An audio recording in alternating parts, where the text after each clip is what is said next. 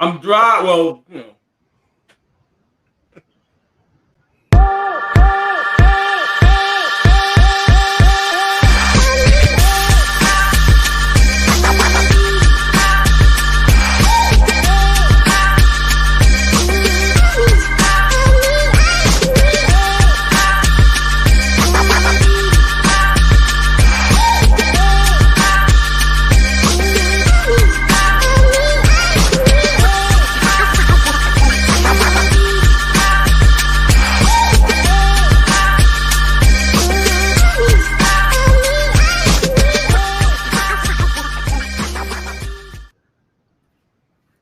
Yo, what's up? Welcome back to another week. What's up, fellas? What's up, brother? How you brothers been? Let's chop it. We're gonna chop it up today. How you brothers been for the week, man? Oh, we've been good. We've been good. Good. Just maintain it, D. Just maintain it as it comes. You know what I'm saying? A lot going on out here in the world. Yeah, it's a lot, man. Everybody had a good holiday. Yeah, man. Just recovering from that too. Still, you know. Yeah, man. I just, you just put on that extra 10 pounds, bro. I just feel it, man. I ain't like, it's not like it was before, man. It takes me like a couple of weeks to get some of this stuff off now, man. Because, it's a whole thing, man. It's the food, it's the alcohol, it's the whole situation, man. I was bad this year too, man. Listen, I think probably because we didn't go nowhere. I was extra bad, I think. Yeah. Man, I gained 10 pounds eating the red and the green M&Ms, bro. So I gained 10 pounds so quick. It don't matter to me, man. Like I'm always overweight, man. Yeah, but they said they love good. They said the women love Big Papa, so can't help it. Yeah, they gotta say something, man. Listen, we ain't getting no small. I don't think I'm getting no smaller, brother. I know myself, bro. Yeah. Kelvin, how about you, brother? Kelvin, how was your week, man? I hate to start off the show on a negative note because it seems like I always do that, but I'm having an issue with the natives. And again. Yeah, and so it was recently somebody left garbage in front of my house, and that's been like a reoccurring theme. So this time I got a little frustrated, and I wrote a note on the garbage that wasn't too popular with my nieces. They thought it was something that I was against our people. I don't know if I should share what the note said. Hey, share away, man. Share away. It was out of frustration. So they leaving bottles of liquor and stuff on my yard, on my lawn. So I wrote a note and put it on a bag and said, "Dear white people, I understand your point now." And so my nieces was upset at me, like, white people do stuff too. Why you acting like we the only ones? And it was out of frustration. But at the end of the day, they did come back and clean it up. So, I just didn't listen. I'm like D. I love my people to an extent. And then, so I just want to know if people think I was foul for that. Let me preface this by saying I don't care if people think I was foul for that, but I how people say they don't care what people think. I do care what people think, just not enough to be governed by it. That's all. Yeah, that's real. But you know what? I'm gonna answer the question though. Thanksgiving was fine. Everything was good. Because I know I'm always foul when I start off wrong, so I apologize. Kelvin, it looked like you got left back. Like somebody sent you back to school. Like you got like you're a Saturday, like you're a night school for real. Let me say this. A lot of people right now, you may not know, but I'm shooting a movie. I'm in Harlem right now. We're on a set. And the movie is called My People Don't Know How to Act. And so right now, that's where you see me at right now. So I'm on location right here, but nothing stops me from chopping it up with the crew, no matter what I'm doing. That's right. So that's it. Everything is good. It looks like you're opening. It looks like you're opening a daycare, Calvin. Where are you, old man? Man. Fellas, listen. I know they're gonna get on me for this. I know it's unprofessional. I've got to address this right now. Just leave it on. Listen, hold on. I'm sorry because this is. Listen. No, you decided to marry Jay-Z. That was you. That's what messed us up. All right. I can't talk about it right now, but you made that decision. All right, we gotta live with it. All right, I have to go because I'm doing a show right now. I'll talk to you later. All right. Shout out to Hope. It was his birthday. I'm sorry. Oh my God. But go ahead, Ryan. What's up? Nothing. My week was good. I had a little, few events. As far as the kids was concerned, my daughter got her braces off. Nice. My youngest turned 7 this week. Congratulations. Yeah. And then my son's home, so he did a lot of cooking. So we've been eating really good. So like you say, about that 10 pounds, I'm probably up to 12 right now since he's been home. He's right. His son cooked well because I went over his house and we had some kind of we had steaks or something. We didn't have steaks. You can't just say steaks. I'm sorry. We had braised red wine short ribs. And we had garlic asparagus with mashed potatoes, garlic mashed potatoes. Okay, so if that's what you had, nobody ever leaves garbage on your lawn then where you live. Ron has overcame. He heard the speech. Ron has overcame. Where Ron live at, when you come on Ron's block, you hear the song "Moving On Up." Nah. I had my boy. My boy had a birthday this week too, man. I had one. Shout out to yours. You know what I mean? It's word. Yeah, but now my son does his thing. He does his thing on the cooking tip. He's in the second year of culinary school. Beautiful. Yeah. So speaking of children, and everything, man. This week, right? We had I don't know if you guys all saw the Kevin Hart. What he said about his daughter. A lot of controversy over that. A lot of people getting on Kevin Hart about how he addressed his daughter and her activity. For those that don't know, Kevin Hart's daughter was doing some stuff that he didn't see to be ladylike or represent the family name. So he said she was doing some whole activity. I just want to get you two guys, you have daughters and stuff like. What do you guys think? Well, Ron, you have daughters. Derek, you have boys, right? Yeah, I got boys, man. I escaped that part, man. So Ron, I got both. Around man with daughters, you got a lot of kids, right? So with man with a lot of daughters, man. Yeah, you know what I do on rainy days, baby.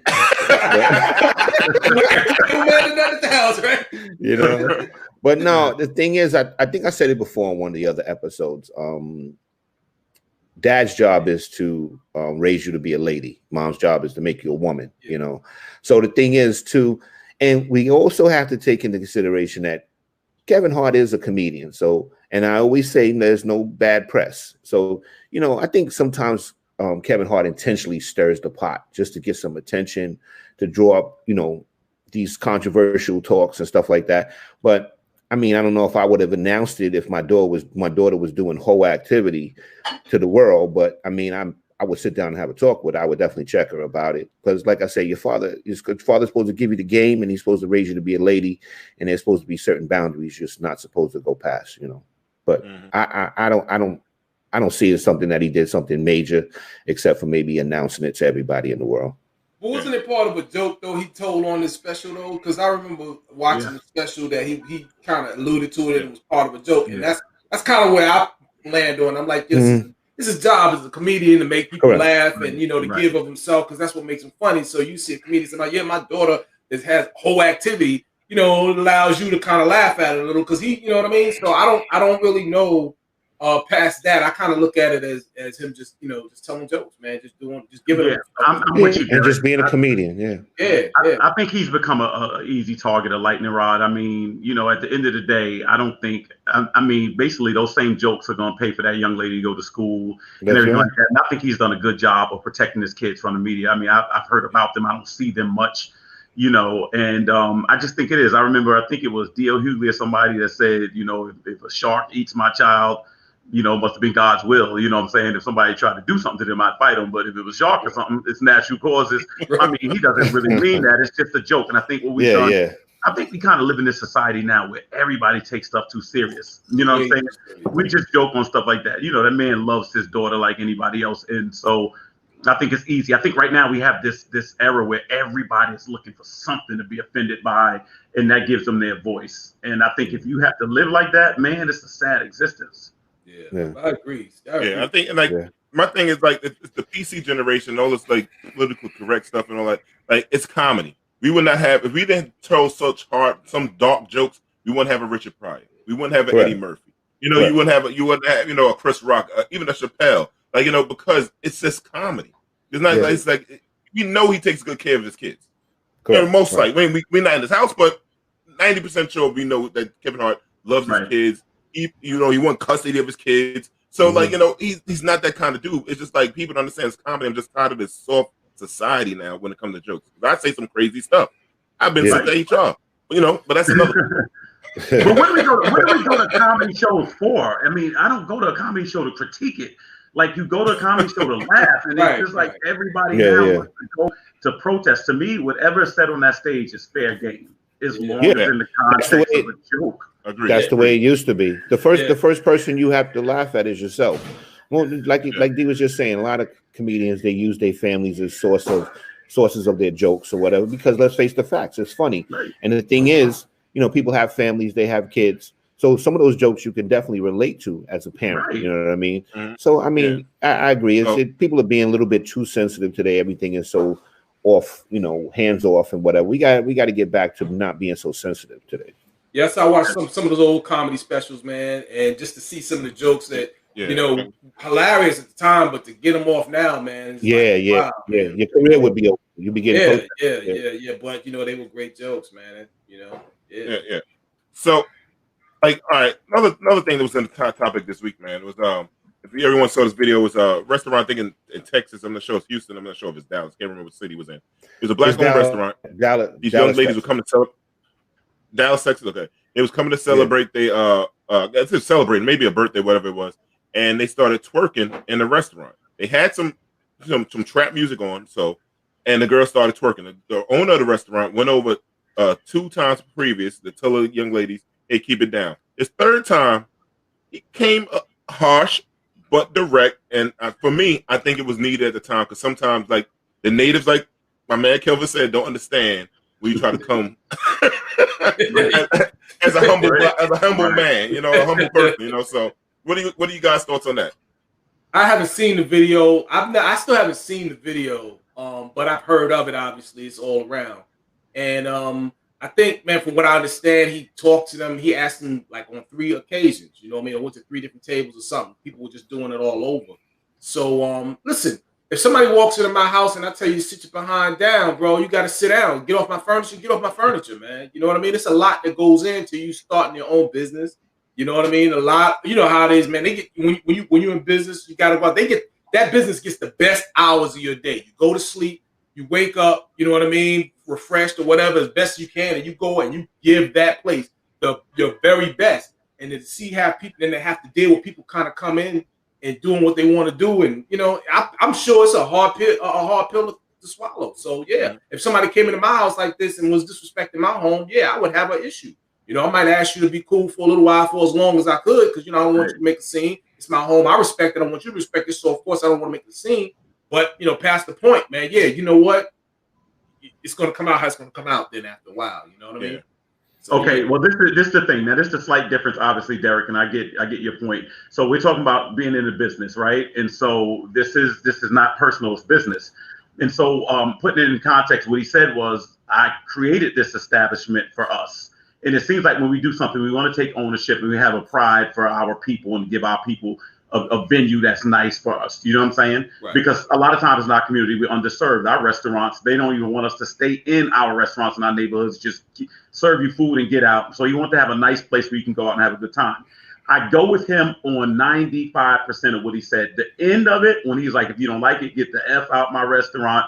I thought that was a bit harsh. I thought that was the part out of frustration, which can happen sometimes. You know what I'm saying? Because at the end of the day, these are patrons and you do want them to continue to patronize the restaurant. But I understand that he was frustrated. Now, to some people's point or perspective, they felt that the music was conducive to that. I don't know that. I couldn't hear the music in it. You know what I mean? And then you have to realize kind of the demographic that you're serving. If you're going to serve a class, now I don't know what time this was, but if it's after the club crowd, or if it's a under 25 years old or under 30-year-old crowd, you may just have, people that don't have the restaurant etiquette. But I gave him credit for that. I think he was trying to make a good point, and I don't knock him for it. But the part about if you don't like it, then get the F out my restaurant. I think as a manager, as an owner, there's a better way to use a different terminology or vernacular when you're talking to patrons, because there's an expression that says the customer is always right. That's not true. The customer just has to be treated like they're right. Correct. Yeah, no, I agree with a lot of things both of you guys said. I do think he got passionate, considering what he did for a living. you know. And like Derek said, it takes a lot to invest in a restaurant. Like, I mean, last time I checked, and it's been a while, but last time I checked, for you to invest into a restaurant, you're looking at over $100K. You know what I mean? Yep, right. Yep. So basically, from a restaurant from start to finish, you know what I mean? So basically, this guy has a lot invested in it financially. He's got blood, sweat, and tears invested in it. And I think that speech came out of passion. Right. Me personally, some people may disagree with me. I think the only people that probably really got offended is if you're a twerker. You know what I mean? So the bottom line is, if you're a twerker, you got offended. And if you're not a twerker, then pretty much you probably can relate with where the guy was coming from. Right. You know, but yeah, he could have said it in a better way, but I think he probably got passionate in what he does. You know, you just open a restaurant, you're in fear of it, you know, during failing. COVID, man. During COVID. Do you understand how hard that is under normal circumstances? Yeah, correct. Under normal circumstances, it's hard to get a restaurant. That's one of the hardest businesses you can run. Yeah. My thing is, he was serving up some COVID because he didn't have a mask on. Nobody else in that restaurant did either. So that's one thing. But listen, tonight, we got a nationwide chef. He has served meals in different states, all over the place. He's going to introduce his meal to us. And we were very fortunate to get this guy to come on the studio and cook his meal today here on Let's Chop It Up. A chef. Yes. He's a chef. Wow. Yes, they called him the chef up north. So the chef up north. The chef up north. All right. With further ado, can we bring in Chef Borar Wing into the studio? All right. Hey, what's going on? What's going on? About this chicken wing. How's it going? Listen. What's up? You and your listeners are in for a treat tonight. Right? Hold on. You're a one-hand man with a right hand. This is amazing today. One glove. Michael Jackson. Listen, what I got going is the rice in the microwave. What we're making tonight, ladies and gentlemen, is what we call prison fried rice. Technically, it's federal prison fried rice, because prison fried rice in federal prison is made different than fried rice in the state prison, because in federal prison, you have more ingredients and there's more things that you can get your hands on to. So, let me tell you what the ingredients are, right? What you can buy from commissary. This right here is the summer sausage. They have this in turkey, and they have this in beef in the federal prison. You got your adobo you can get from commissary, and you got your Mrs. Dash. Now, the other item that's in this fried rice you can get, but you have to get them stolen from the kitchen. Let me ask you something. Hold up. We get certain items from the kitchen. Are they snuggled in like the drugs up somebody's butthole? No. Okay, all right. What happens is you get a contract with somebody that works in the kitchen or that works in the warehouse, and you pay them monthly or tri-monthly to steal you seasonings like curry, olive oil, soy sauce, cumin. Hey, all those hard to get seasonings. When you say pay, how do you pay? You pay with nightly visits to a cell, or how do you gotta pay? Because he paid for mine. What happened was whoa. What do you mean D paid for yours? D paid for mine. I charged me $50 a month. Take cash. But he wanted you to pay. Hold on, the battery getting ready to die, huh? Hold on. So how you pay? You pay $50 a month, but he wanted you to pay $150 at a time. So D had to mail a money to his wife. You remember D? $150 every 3 months. Listen, for that $50 a month, I got chicken on chicken day, 2 pieces of chicken on chicken day, extra burgers. I got all the seasonings I needed. I got all the vegetables I needed. You see here, I got a mixture of broccoli, onions, and bell pepper. They don't sell that in the commissary. This right here, only stolen from the kitchen. Only way to get it. So that's very important if you're cooking every night. Because you don't want to eat the prison food, but the prison food is really not that good. So in federal prison, you kind of end up feeding yourself every night. Like the breakfast is good, the Thanksgiving, the holiday meals are good, but out of the week, maybe 2 meals are good, the other 5 are trash. And also, wait, if somebody's in there for stealing, just to keep them where they can stay in practice, right? Like I got quotas stolen, but the COs really don't care. Sometimes you get a CO that's a pain in the ass, and he'll write you up. Like I got written up for stolen vegetables in my locker, right? Because I was keeping them in my locker till dinner time. See right here, I'm mixing the rice. This is the kind of rice. This is the closest rice I get on the street to prison rice. It's Minute Maid 5-minute rice. That's the same kind of rice. This is what it looks like when you mix all the seasonings up in it, and you get it to a nice texture. Now, I was famous for having the proper texture on my rice. You could put my rice in your hand and roll it around like dice. It wasn't gooey, it wasn't sticky. So that's using the right amount of water and the right amount of olive oil. So once you get your rice right, you want it in. While you're stirring it, you got to put it back in for a couple of minutes, right? We just got to stir it good, everything mixed up and marinate. This is one of the most important ingredients in federal prison, the sriracha. This is the exact same sriracha they sell in federal prisons across the nation. That goes in everything. Some prison dishes are nachos, prison fried rice, burritos, wraps.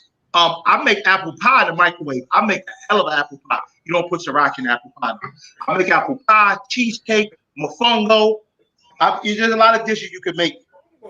And mofongo. That's quite impressive right there, mofongo. Yo, listen, I want to have me. How you make that in prison? If y'all want to have me, use Doritos. You crush the Doritos up really good. You crush the Doritos up. You put it around the bowl. You moisten it. Put it in the microwave. Let it get. You can make it like dough. You put all your ingredients in the inside. You use your bowl to make the shape of the mofongo. Listen, some of the best mofongo I had was made by Dominicans that was ex-drug dealers doing time in federal prison. Best mofongo makers in the world. Wow. So we're gonna put that back in the microwave. Does Wayne realize he's home now? Right? Let me show y'all what it Wait, you are no longer in prison. Federal prison. They don't have this many home. If you can read that, it's Himalayan sick pink sea salt. I don't know if this is more powerful than regular salt, but this is the salt my buddy got. So, I've never even heard of that, so I don't know how powerful this salt is. I hope it don't run my pressure up.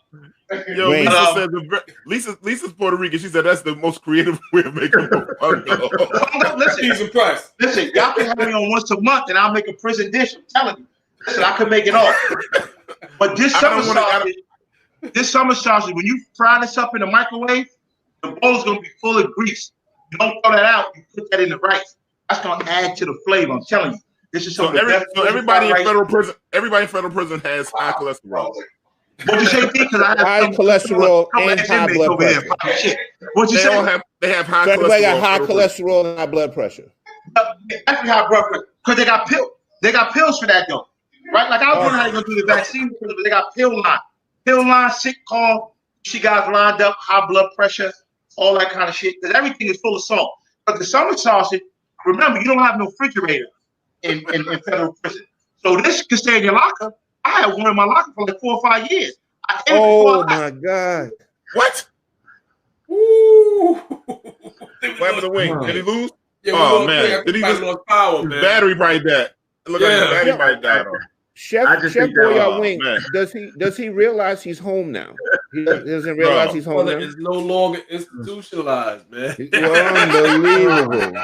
So that's why everybody comes home with high cholesterol, high blood pressure, diabetes, everything because of prison fried rice.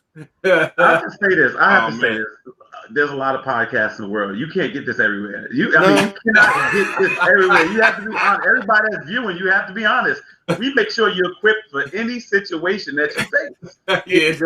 It don't get too listen, think about it. The people that support us, you learn how to buy a house.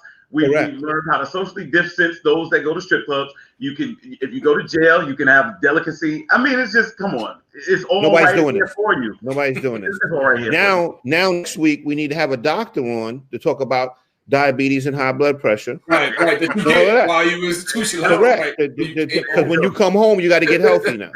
Right. Unbelievable. God. Oh, man. Thank you, Wayne. Prison fried rice.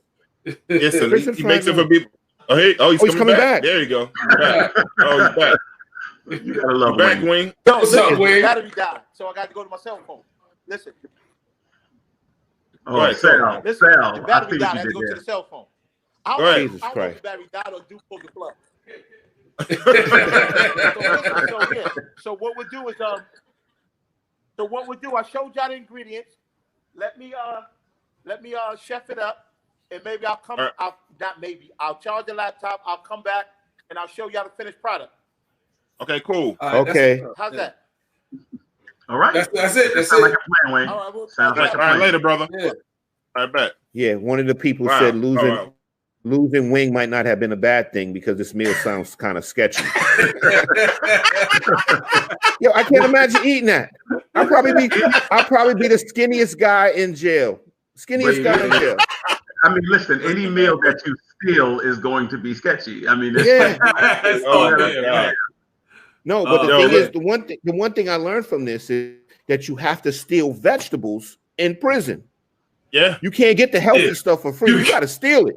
Wait a minute. Think about that for a second. They just ain't giving it out. Wow. Yeah, let that marinate. And then he had a sausage in his locker for 4 months, right? He said 4 years. Or He something said 4 years, and we're gonna eat this sausage today. No way. No way. No way. Listen, man. When I used to go visit Wing, man, they were showing me some of those meals that said not for human consumption, bro. The federal Get out prison. of here. Yeah, man. They had some bad stuff. I mean, when he got sent down to the camp, like they could go gardening and stuff. I mean, Wing. It's a funny story. When Wing said steal, he black. He got caught stealing the watermelon. Okay. And the white people saw him. We can't get ahead, man. Listen. Being in jail, you got to know how to knock some people out. So tonight, we have a special guest. This brother knocked a lot of people out over his career. This man is I think he's 6-time champion of the world. This brother's a good brother, man. I love this brother, man. I followed this dude for a long time, and he got other stuff going on in his life right now. Can we bring in Zab Super Judah? Super Wow. Judah. What's going on? What's up, bro? What up? Unmute Zab. Unmute Zab. Producer. Yeah, we gotta hear the brother. We gotta hear the brother. We gotta get him unmuted. Zab's on mute. Yeah, he's on mute. Zab is on mute. Producer Jamie, unmute Zab. Okay, here we go. Zab. Hello. What up, there Zab? we go. Yeah, what up? Doing? Yeah, we got you, brother. How you doing? How you feeling, brother, man? How you feeling today, man? I'm all right. Staying focused. That's it. That's what's up, man. Yo, Zab, I'm so happy that you came on, man. Really appreciate you, brother, man. Know that you do, man, that for the sport of boxing. And then the way you just represent the brothers right now with your new career that you got going on too, man. Really appreciate you. Yeah. Thank you for having me. For sure. No, it's an honor to have you, Zab. Thanks for coming on the show, brother. How's retirement life treating you? Fun, man. A lot of fun. Never thought it was gonna be like this. Expected something different, well, I mean, to be honest, y'all know me. I mean, if I never had my brain surgery, I would have never retired ever. You know what I mean? I'd probably been the oldest man in boxing. Coming to the ring at 9 years old. Super. It's the only fighter that was around for 3 different decades of generations. Yo, but Zach, you still look good like you can get in the ring right now. You're in good shape for man. A middle-aged man right now. Allegedly. You know what? I just finished up 3-4 month training camp with Mike Tyson. I was in Tyson's training camp with him when he prepared for Roy Jones, and I was telling people before the fight, I watched Mike Tyson dedicate himself, and from I'm talking about 3 workouts a day, eating right, sleeping right, you know what I mean, doing everything the proper way an athlete's supposed to do it. And I mean, it showed at 54 years old. I mean, it's not a lot of us at 54. It's not a lot of us at 54 years old going to the ring and call no Roy Jones out. Talking about let's go, Roy. No, we're not doing that. That's true. And then Mike's a vegan now, right? Is Mike a vegan? Yes. Mike is a vegan too. Yep. Wow. That's so he just made like a 360, man. He went 360 on everybody, and he got his mind right. And he said, it's his health. His health is number one. As you know, obesity runs in his family, so he got to prepare himself and stay sharp at all times. Yeah. Hey Zab, you and Mike are like brothers. Would you would say that? 100%. Absolutely. The thing is, you've been around Mike Tyson fighting on his undercards very early in your career, correct? Yeah, correct. Tell me how you felt fighting on the undercard for the first time under a Mike Tyson undercard. I'm thinking back because I opened up for Mike about 8 times. So the first time, man, every time I must say this, man, and even now, I mean, people, you know, a lot of y'all see, you know, I do commentation now and then. I just interviewed Mike Tyson for Black TV, and every time, no matter what, I'm around Mike Tyson every day. We bug out. I mean, like I go to crib. Every day, all day with him. But when the camera yelled action and it was time for me to actually display what I prepared for him, I felt like a fan. I got in my fan mode. It was crazy. It was like this is my bro. Like, I mean, you know what I'm saying? We've been around from night to day, sun up, sun down. You know what I'm saying? Sun up, sun down. But when the camera cut on, I felt like I was sitting with Mike Tyson, the living legend. I don't know. I don't know what that feels like, but that's what I felt. I felt like I was sitting before somebody that was like, wow. And you know, everything went smooth though. Questions came out. Everything was, you know what I'm saying? It came to go smooth. But I'm telling you, inside on how I felt even being around my bro. You know what I'm saying? Like when it came down to sitting down and working with him. You know what I mean? I was like, wow, this is crazy. Like we sit down, we smoke weed, we do everything. You know what I'm saying? Like, but to sit down and interview him, I felt like a fan, bro. I ain't gonna lie to y'all. No, real talk. Yo, Zab, go ahead. Sorry, real quick. Zab, you from Brownsville, right? 100%. What is it with Brownsville? You have so many athletes come out of Brownsville.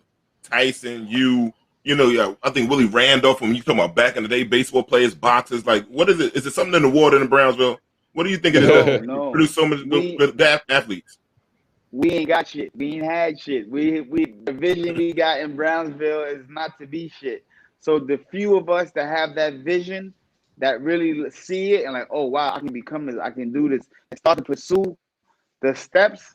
You know what I'm saying? Those are the ones that make it. But as us as people, we start to see that when we see a young guy pursuing a career and taking it, you know what I'm saying, an advanced level at it, we got to start to help out now. You know what I'm saying? Because, you know, us being the big homies of the hood, and you know what I'm saying, we see this, we got to be like, all right, yo, let me push little Tyrone. He ain't a basketball. All right, cool. He ain't got no sneakers. I'm going to buy him a brand new pair of sneakers. You know what a pair of brand new sneakers feel like going to play basketball? You know what that feel like? That make you, especially if you got a little game in you, that make you feel good. You know what I'm saying? You be like, all right. You know what I'm saying? Like, it rises your level. You know what I'm saying? Right. And, you know, that's what I'm about now, man. You know what I'm saying? Seeing the young guy with the talent that's trying to put it forward, that maybe don't got the finances, maybe don't got the support, maybe don't got the, you know what I'm saying? And, you know what I'm saying? We be there for them. And that's what we do now over here at Team Jibber.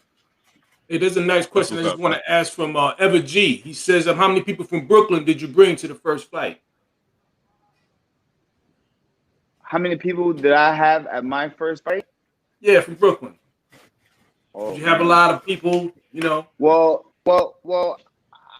I don't know if you've been to a Zab Judah fight, but everybody knows a Zab Judah fight is the whole beat. I remember doing some fights. I remember doing some fights when the ring announcer was like, I think Zab bought the whole borough with him. Yeah. I mean, real talk. So, you know, anybody that know me, you know what I'm saying, from, you know, I got very popular at a young age, you know what I'm saying, through the Golden Gloves, through my amateur background, you know, preparing from New York City to go to the Olympics and stuff like that. You know what I mean? There wasn't a lot of people doing that.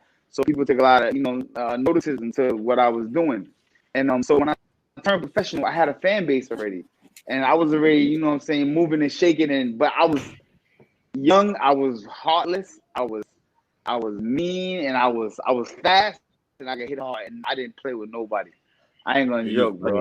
Let me ask you this, Zab. Let me ask you this question. I think you're in the ultimate sport that is about being an individual, and so you know I think we were taken into kind of the context of boxing when we looked at 24/7 and things like that. When you are about to get ready for a fight, and I'm talking about the night of fight night, and you're about to walk out, and you got the biggest entertainers in the world there to watch you. Everybody stops for big boxing matches.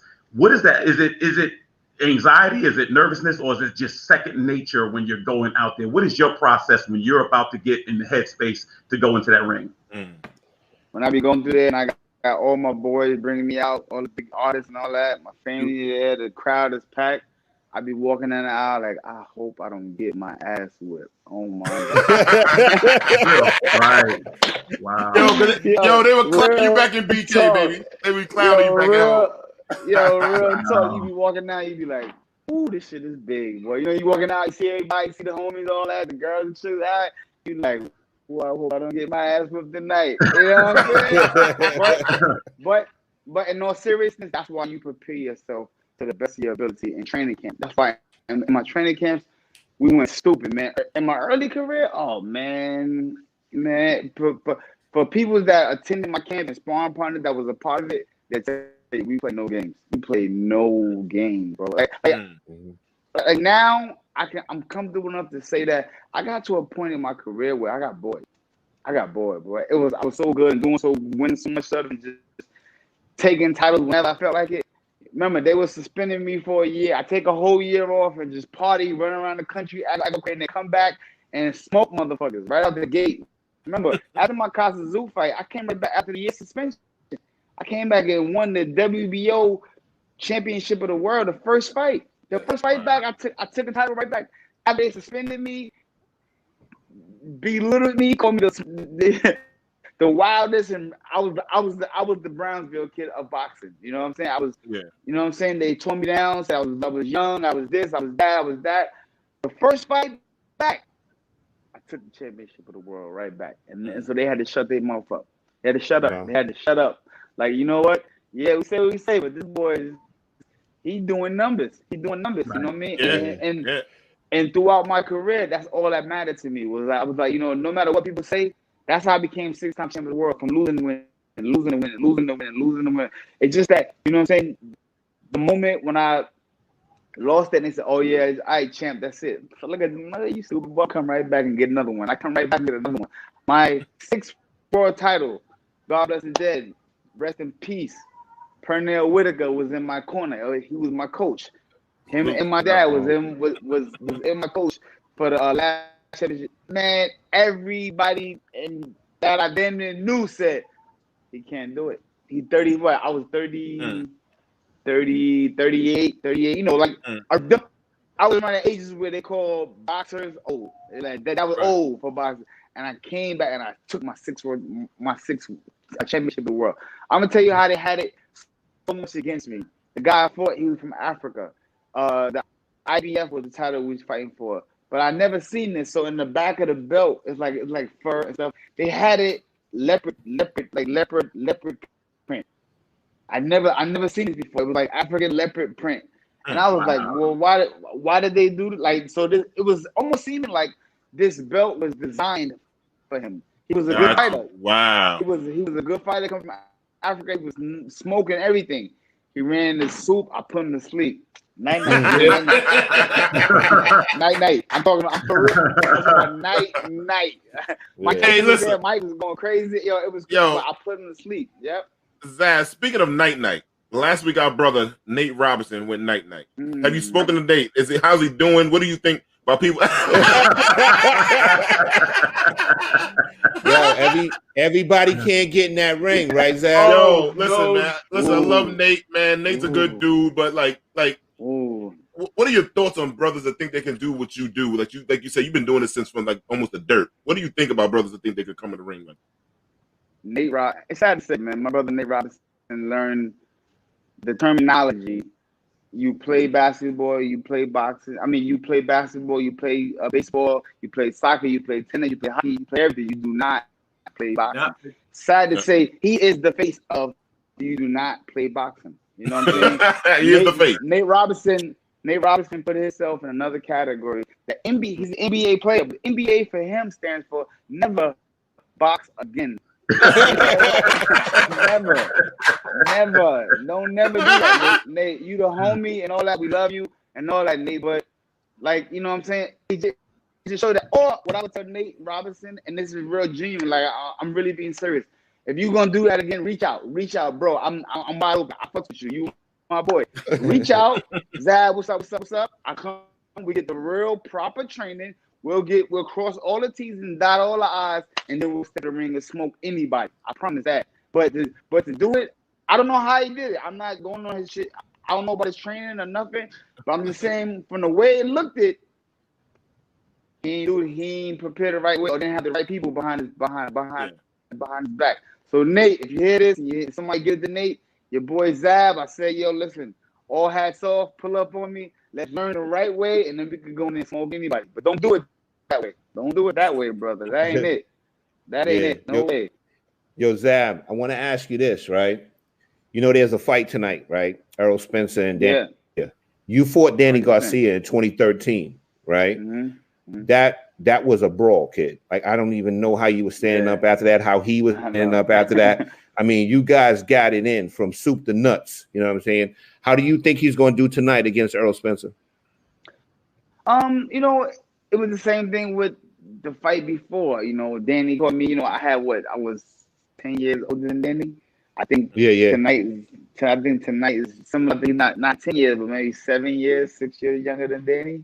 And so tonight, you know what I'm saying? Like I said, Danny Garcia, he got through the ropes a lot, but now we find him with a bigger welterweight, longer reach, a good clean boxer, a person that's been known since me. I know Earl Spence well.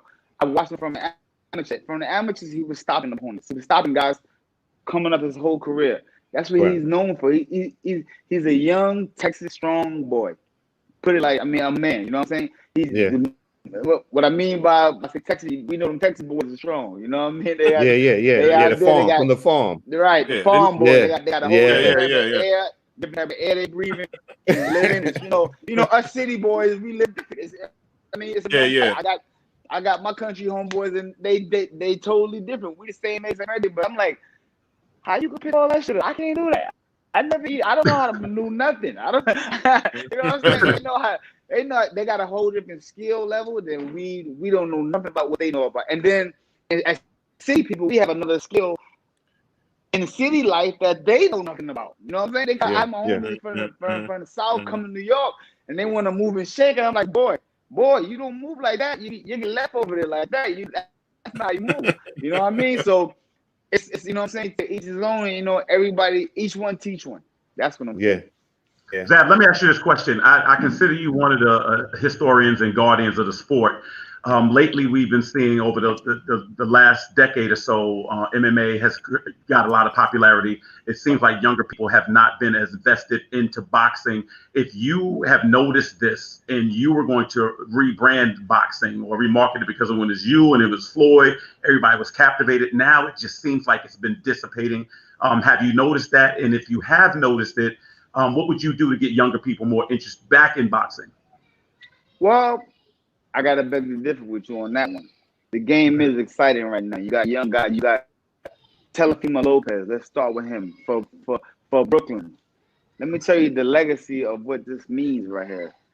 So winning the undisputed championship of the world is probably one of the most hardest and prestigious titles in boxing that you can put together. Because that means that out of all of the championship belts, you're the only one with all of the belts. Very hard to do. Very hard. Only a few guys to put together. Let's go to Brooklyn, New York. We got Mike Tyson. We got Riddick Bowe. We got Zab Judah. We got Teofimo Lopez. I mean, this is big stuff. We got one more. We got Bowe, Mike. Shannon Briggs. Excuse me. Shannon Briggs. So that's 5 people that just come out of not New York City, Brooklyn. Right. Brooklyn alone, bro. This is you see where I'm going with this. So you guys are our guys. But wait a minute. Do you have people today that can carry that baton? Okay, but right now, these young men just put that together. You have my godson, Devin Haney, 21 years old. No, probably one of the hardest fights out there for anybody in the 135 weight class right now. You got Tank. Tank is out. Tank just put the boy to sleep, and Tank just put the boy to sleep in tremendous Tyson fight. You know what I'm saying? You got Earl Spence that's going tonight. He got the game going. You got Terrence Bud Crawford that just fought last week. He hit motherfucker with it was like a thunderous vote killer, like boom, and took life out of his body. So to say the boxing game is in right now, it's doing good right now. You gotta just tap in. But you know what it is, guys? It's a different crowd. That's what it is. Like all the names that we knew, the Zabs and the Tysons and the Lennox and the Haggard, that's gone now. That's over. Okay. It's a new name, it's a new proper guys. But these young boys is bad. I ain't gonna front, y'all. They bad. They can fight, and they want to smoke. Hey, let me ask you a question.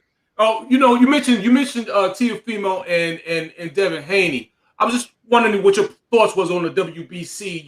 The franchise and the regular, the regular belt. When do you think those two are ever going to get it on, man? When do you think is going to stop that? I mean, listen, man. Suleiman he's a great guy, man. He puts together situations, and you know what? I think I think it's good because it kind of separates fighters to like get them to look at each other. Why? Here's a world champion, and here we have a guy that we consider a super champion. But now we can highlight on two guys that are one. Picture it just being that one belt. Then you wouldn't get this guy right here of his lights that's on him, and what the world is looking at him. He won't get that. We won't know that. We won't know him to be because this only this one guy is the champion. So I think with both of them being a champion and super champion, it's pretty good because it creates interest to let you see in a weight class who's the best guys out there that should be fighting each other.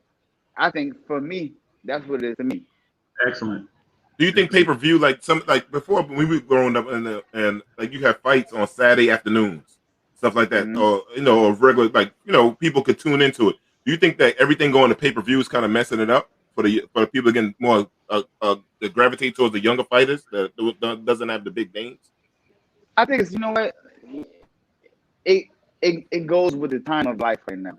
We live in a monetary world right now. Everything is being done is a monetary situation. You know what I'm saying? So I think that with it rising, with it, you talking about the WBC, right? Yeah. Any of them like right now because you don't see too many fights like. For younger cats, when I was in high school, man, I could go in the afternoon on a Saturday and catch a fight for free on the TV on Channel 7. Maybe we had the Wild World of Sports and all that kind of stuff like that. Right, Do you think like now? Exactly. Remember? Exactly. Do you think that if they brought it back to those days, like bringing it back on regular TV so kids could tap in? Do you think that would bring the highlights? So the names that you mentioned that everybody would know their name, they would just roll off their tongue. Because back in our day, Pernell Whitaker rolled off our tongue and stuff like that. It probably would, but here's what happened. They messed it up already. They already showed you that you can get in the ring and fight this guy and make $5 million. So now when we go back to regular free TV doesn't have the budget that pay-per-view can generate. That's you know what I mean? So now here it is. We want Zab Judah. We want you to fight Mike Tyson. But we only got $35,000 for you because it's just network budget TV. Gotcha. And you looking at them like, are you fucking what? Mike Tyson had you fight. You better go get $10 million. You know what I'm saying? Yeah. Right. So that's how people gonna look at it now. They're gonna be like, oh, wait a minute. What's the name of him just for over there on that network? And they made blah blah blah. You want me to fight on this work and fight King Kong for how much? Oh hell no, I ain't doing it. And that's why pay-per-view always is going to be boss. Right. So it's going to be boss. Give me one name if you could go back in history and fight anybody, whether it was on the Heroes or not, one fight that if you could draw a dream match for yourself that you never had an opponent that you never was able to face, even if it preceded you, who would that have been? I would never say none of the pioneers because to me that's disrespectful because these are the guys that paved the way for myself to get in there and talk, act, walk, and do everything that I'm doing today. You know what I'm saying? So I would never say it would be disrespectful for me to say I would love to see Zab Judah and Sugar Ray Robinson. Like, what? Right. Like, no. You know what I mean? So I always tell people the way the cookie crumbled, the way it rolled out, the fights that happened and the show, that's what was supposed to happen. Gotcha. It was fights in my career that was one particular fight that was supposed to happen was Zab Judah and Sugar Ray Mosley. And, I fell to the shower and cut myself and I got jammed up pretty bad, and that's a fight that was scheduled to happen for me, but never happened. And that's something I could comment on and say, yeah, I would like to see myself fight Shane. I would love to fight, have fought Shane at that time, because at that time I was hot. You know what I'm saying? I was going up. Shane was still in the middle, juggling. You know what I'm saying? So that's probably one of the fights that I would say that I would want to tap into. Well, y'all can fight at 50 now, Zab. Y'all can come back and fight at 50. I ain't gonna tell you the way that this retirement life is set up, and the way these super punch packs is packed. Oh yeah, we're gonna get to that. We're gonna get to that. Brother, we're gonna get to it. No. The way they packed up in it, the good stuff in it, I don't think no coming back to ring for me. No.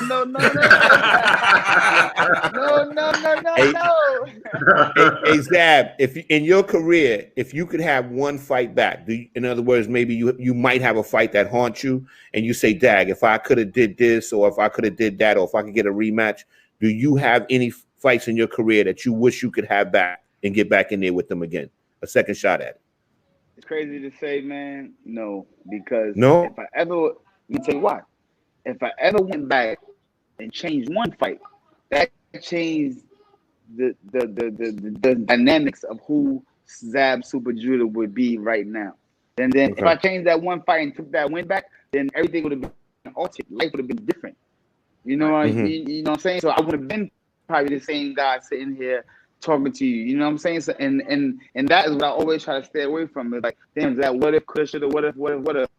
And I always tell my kids that, like, don't sit around and be a what if, what if this happened, what if, no, go ahead and make it happen now, or do it when it's your time to do it. Don't do nothing and then sit back like, damn, man, no, when I was doing that, I wish I would have.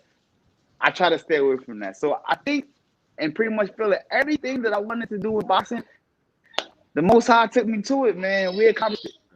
I remember, Zab, I remember at one point speaking on that, it was you, and it was Shane Mosley, and it was Floyd, man. It seemed like y'all were the three dudes, man, that were really like running this thing for a minute, man. And I remember when you fought Floyd, Brooklyn was electric, brother. Everybody it was bananas. I was living out in Bed-Stuy at the time, And would you say that that was the biggest fight of your career? If not, what you think the biggest fight was?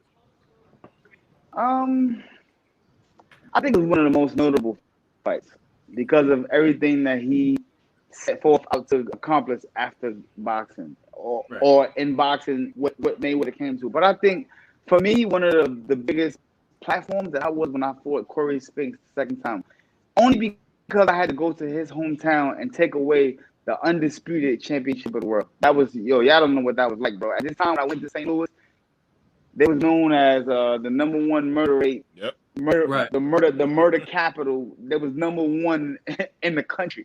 And little Brooklyn boy, was coming to St. Louis to dethrone their undisputed. Their undisputed welterweight champion of the world, and it wasn't easy, brother. I had to go against him, the city, everything, brother. Everything, brother. It was, brother. You know how I ate my dinners that night? I had a conditioner trainer. He was a white guy.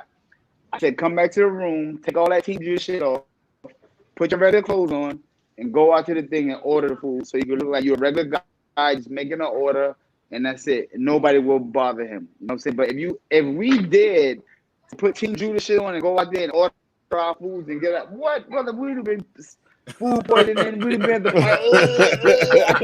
I can't come out, man. I can't come out. I would have never, ever made it. Never made it. Yeah, crazy. Zab, you got. I think you have 4 daughters. How many you have kids, right? Like 4 daughters, something like that. Yeah, because I saw you on. Yep. I saw you on Instagram. You was talking about your daughters. Would you let your daughters box? I have 4 daughters and 4 sons, and I wouldn't let. Let's say I wouldn't stop them from fighting, but I wouldn't push them to fight because I did everything in boxing. You can look at it with everything almost up to dying. Like I did everything, a full career. I won all the belts 3 times, 6 different times, 3 different weight classes, from amateur to professional to almost dying. You know what I mean? So would I push my kids to fight? No, never. would I help them if they show interest and came to me and showed me this is something that they wanted to pursue? Yeah, I would give them the pros and cons to everything that can happen in fighting. And yes, I would help. I would stand by my child. But I push them to say, oh, because I'm Zab Judah, I'm your dad, you were Judah, you got to fight. No, never. Yeah. Never. That's a good analogy, Zach. That's a good analogy. Yeah, from a father's perspective, that's a great analogy because you know I tell fathers like when I see them pushing their kids into a certain sport, I said that's not a natural thing. That they have to want to do that, especially when you're playing a contact sport. Contact sports are no joke. You know what I mean? But if you had to give, oh wait, hold on, it's crazy you say that. I got 10 brothers, and only 4 of us fought.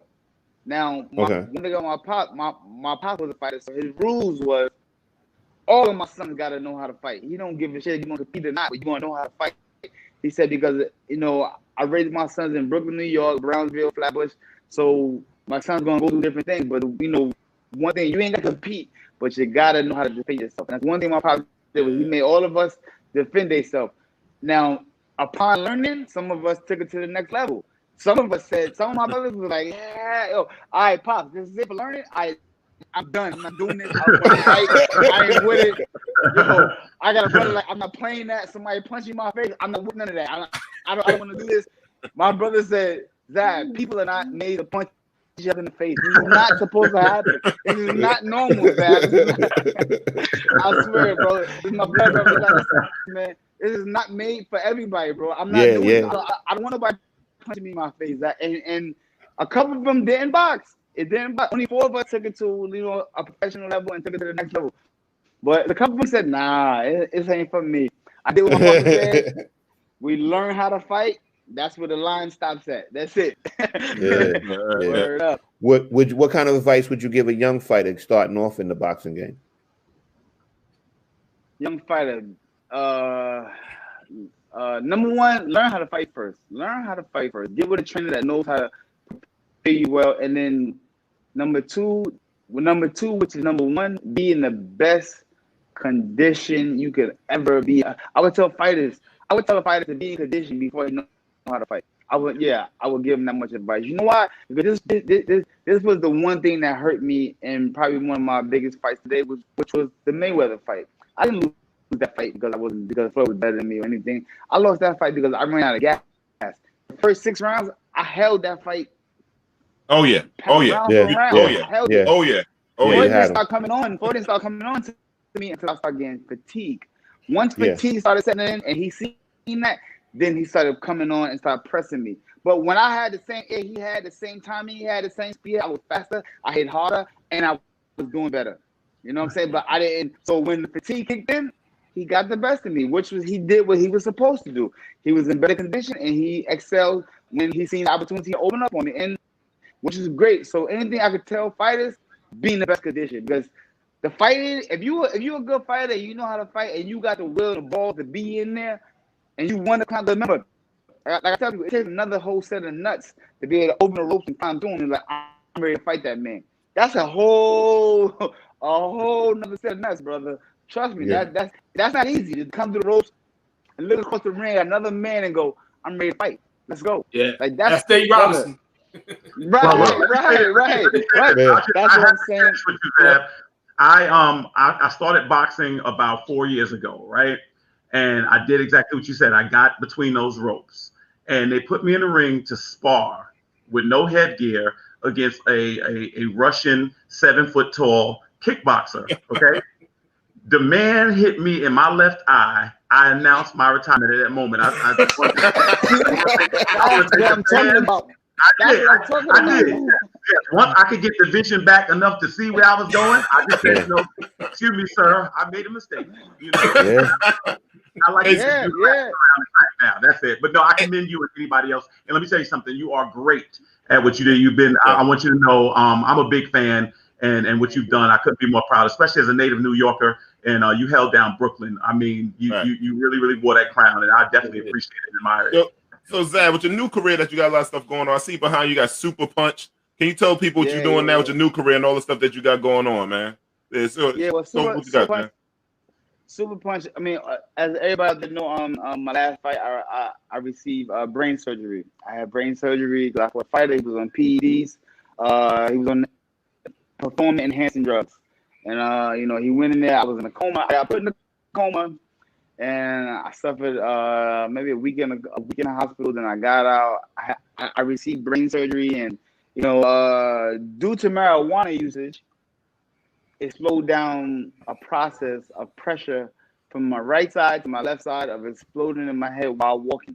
If this process would have happened, I would have had maybe 5 seconds to try to get help. If not, 5 seconds from to open my brain up and drain out the liquids. Or if not, I would have been brain dead. I would have been in a coma, brain dead, been vegetable, and then pull the plug and I would have been gone. But due to this marijuana substance use, that didn't happen. So this part of my life, guys, you know, people see me smoking weed and they think that I don't do it because it's cool. I do it because it was a medicine that helped me. I swear to God, it helped me. It took me to the next level. In some states, we have recreational use. Some states in some states we have recreational use as long as medical. You know what I'm saying? My essential situation came from medical use, but I do have medical and I do have recreational. You know what I'm saying? So, you know what I'm saying? You guys can check out my product and check out everything going on with the Super Punch thing. Is you can follow me at superjudah.com, and you can get the latest and greatest on the cannabis strain and everything is going and where it's going. Make sure you sign up and put your email in, and you know, we will contact you back. Also, we're having a contest, a Christmas giveaway contest. Check this out. You must have. It says you must follow my page. Tag 3 of your friends for a chance to win a lot of Super Punch merchandise. Now, I want you guys to go into my site, superjudah.com, and check out my merchandise. You guys are going to see it and see that we got a lot of cool stuff, guys. We got bean bags, we got shirts, we got hoodies, we got hats, we got masks, we got everything, guys. So check it out, and you know, sign up for it, and stay tuned with me. And Super Punch is the brand, and that's what we're doing with that. Now, as far as tomorrow night is the launch of my television show. You know what I'm saying? Nice. Yo, you ain't tell me about that one, brother. You ain't tell me about that one. Where can we find that at, man? Come on, man. Well, I put up my page. It's called Champ Talk. It's called Champ Talk, and you know, here, you know, say tomorrow night we're gonna start out on the Instagram. We're gonna start with the Gram, and then we're gonna branch out because we got a couple of good offers and things like that. But we're gonna start tomorrow night on Instagram. We're gonna at 6 o'clock Pacific time, and I'm gonna be talking to the fan, interacting, answering questions. You know what I'm saying? I want people to have an opportunity of coming on and just as you guys are doing now, and asking questions that's probably been in your mind with Zab Judah for the years, or actually or asking a boxing question that's probably in your mind that you don't have the answer to. You might be like, well, Zab should know this. Blah, blah, blah, blah, blah. You know what I'm saying? So tomorrow night at 6 o'clock, I'm going to open it up for Champ Talk with Zab Judah. Yo, Zab, man. Yo, that's what's up, man. Yo, Zab, thank you so much, man, for coming on. Go ahead, man. I'm sorry. But D, I wanna pay Zab a compliment, and I know that you can vouch for this being true, right? Zab is a regular at the Barclay Center. Oh, yeah. Me and Zab up into each other. Absolutely. Zab rose with my man Monte. Yeah. Me and Monte. Now, a couple of times we went to events at the Barclay and Zab was there. And there's one thing I want to pay a compliment to you, Zab. You speak to everybody. You say what's up. You take pictures with people. You know what I'm saying? If you got a suite, Zab comes in the suite, says what's up to everybody. Yep. Dude, you are an epitome of a gentleman. And I want to say that, you know, it just was an honor, because that's how I first met you. I met you at the Barclay. You know what I'm saying? I just want to say always thank you for being a class act, man. I appreciate that. Thank you, thank you, brother. I appreciate it. Yo, Zab, your man just showed up to my crib. He has keys in my house. Look who just showed up. The computer died. I can't see him. What up, Zab? He made prison fried rice. It's chicken wings. It's chicken wings. Man. Hey, you know what it is? I'm not eating this. That's my yo, I'm not eating this. I'm not eating this. Yo, you eat that, you're going to get high blood pressure and have a stroke. I know, I'm let us know, what's up. You gotta let us know what's up. I had to bring it because the computer died. His computer died, so he had to show me this food. This is insane, bro. This is insane, man. Yo, Zab, man. You never know what's gonna happen on Let's Chop It Up, man. You never know what's gonna happen, man. Yo, Zab, brother, listen, I love you, man. Yo, stay who you are all the time, man. People, you are people's champ. Like the thing with you and Ali, that you really rock with the people. Like you know what I'm saying? Like some boxers that you fought, I'm not gonna say it, but they always hide behind big bodyguards. When you see Zab is out here just like whatever. I see Zab all the time. I know. Listen, man, I'm on the show. Come on, this guy's crazy. Man. Yeah, but Zab, yo, bro, thank you, man, for spending your time. I know you're busy, man. I don't know. I'm gonna finish the show with this guy here now, man. But I love you, Zab, man. The people love you, man. We about to go watch the fight. Earl Spence. I said we about to go watch the fight. We all got to. Yeah. It's about to start like an hour. Yeah. All right, brother. Salute to you, man. Yeah, thanks again, Rob. It's been a pleasure. Peace, champ. Peace. Oh man, for a fight fan like me, brother, I just could just sit back and just watch and just listen, brother. That was just, you know what I mean? I'm just excited and happy to be a part of that, man. That was good. Yeah, absolutely. And the thing is, too, one thing about Zab fought everybody that was somebody in his weight class. Everybody. You know what I'm saying? He didn't run from nobody. They basically wanted to get it in. Zab said, as long as the money's right, it'd be good night. That's it. We can get it in. Yeah. You know? Yeah. Or all competition. That's a good dude, man. And the thing is too, like Zab's father was his trainer for like a huge portion of his career. And like, you know, to see a father and son, to be so successful together, I admire that. I admire that a lot. You know what I'm saying? They accomplished a lot as a father and son team. Yeah, definitely. Yeah. Oh yeah. But it takes a lot though. I learned a lot from that. He's excellent. Definitely. Yeah, definitely. That was definitely an honor to have Zab Judah on the show. Oh my God. What's going on with that? Lee, you gotta put a fork in it, man. Let us know what's going on with it, man. One time, brother. Come on. I'm gonna try a little bit of. He did something to D's screen. D done ate that in the screen and changed. What happened is, you know why your screen changed? Your screen changed because all of the salt that's in that. Now you got high blood pressure. Everybody's seeing blurry. It's salty. How's it taste? Yo, it actually tastes really good. It's salty, but it tastes really good. Kid, the MSG in that shit's got to be off the chain. I'm gonna swim by the end of the show. Right now. I gotta get out of here. But I just want to let y'all know, this chicken wing with the Chicken Wing Show on Instagram. Listen, I got some prison fried rice recipes on there. You know what I'm saying? Yo, thank y'all for having me on the show. Fellas, I love y'all. I'm out. I go. I put my mask on. Rod, we got a sponsor. Rod, he's on. Rod, tell people we got about sponsors coming up, man. We do. We got two sponsors. We got a sponsor that came back, and we got a new sponsor. All right. Yeah. We got a business that is selling head wraps and masks. Very nice stuff. Very quality made. And we got New Life CMOS that's came back. You know, you got to keep your immune system boosted. Keep your immune system high. You know, we still got this COVID out here. So we're going to go to those two sponsors, and we're just happy to have them. Thank you so much, sponsors. Let's do it.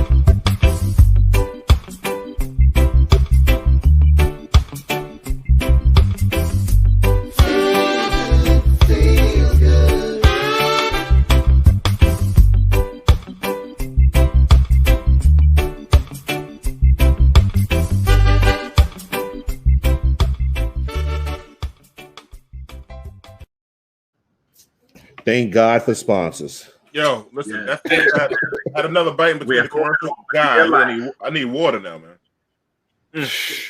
So salty. But listen, I don't know. We have a sea moss tomorrow. I'm buying some sea moss tomorrow. Yeah, man. And I'm gonna get me one of the head turbans, but since it's a box, it's cold, man. I gotta look right on the show. Yeah, I gotta look right on my work Zooms, man. I feel you. But listen, any business our people doing, I'm supporting. Exactly. Listen, since it's a boxing night tonight, this time I think we have to have something for the ladies. You all know the records always say we gotta have something for the ladies. So tonight we have another boxer tonight. A woman boxer tonight. We have a lady, Killer Mel, another one out of BK. Killer Mel. Can we bring Killer Mel into the studio? Something in that Brooklyn water. Hey, Killer Mel. Killer Mel on these streets. Bang, bang, bang, bang, bang. What's up, Mel? How you doing today, sister? I'm good. And she's Killer Mel, you're titled the North American boxing champion, right? Yes. And ABL. Yeah. So Mel, so what made you get into boxing? You're a pretty young lady and everything like that. You know, some people like, oh, pretty don't mean nothing, but what made you get into boxing? Oh, I mean, I grew up in a violent household. Oh, so you had to fight your way to the kitchen? You gotta get the fight for the meal? Man, yeah. It's like you fight for that last biscuit, boy. You know what I mean? And then she started giving out 2 pieces in the biscuit. There you go. Yeah. That's what she started doing. Mel, how long you been fighting professional now?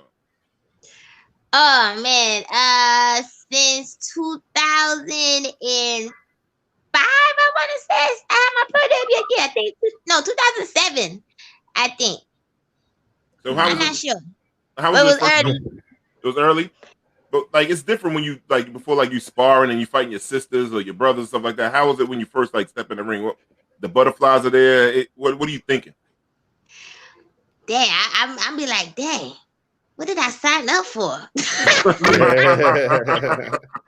You know, because before boxing, I always got into fights. So that's different. Somebody walk up on you, you already you know what?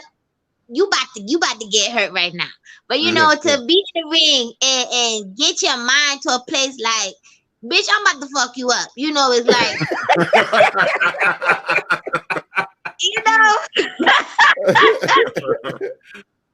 Oh God.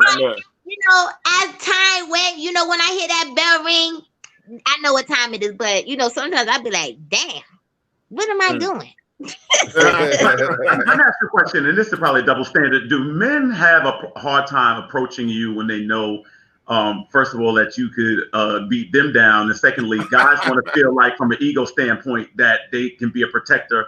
Like if you went out with a guy, the reality of it is you're more skilled to protect him than he is to protect you. Is it ever an issue with that?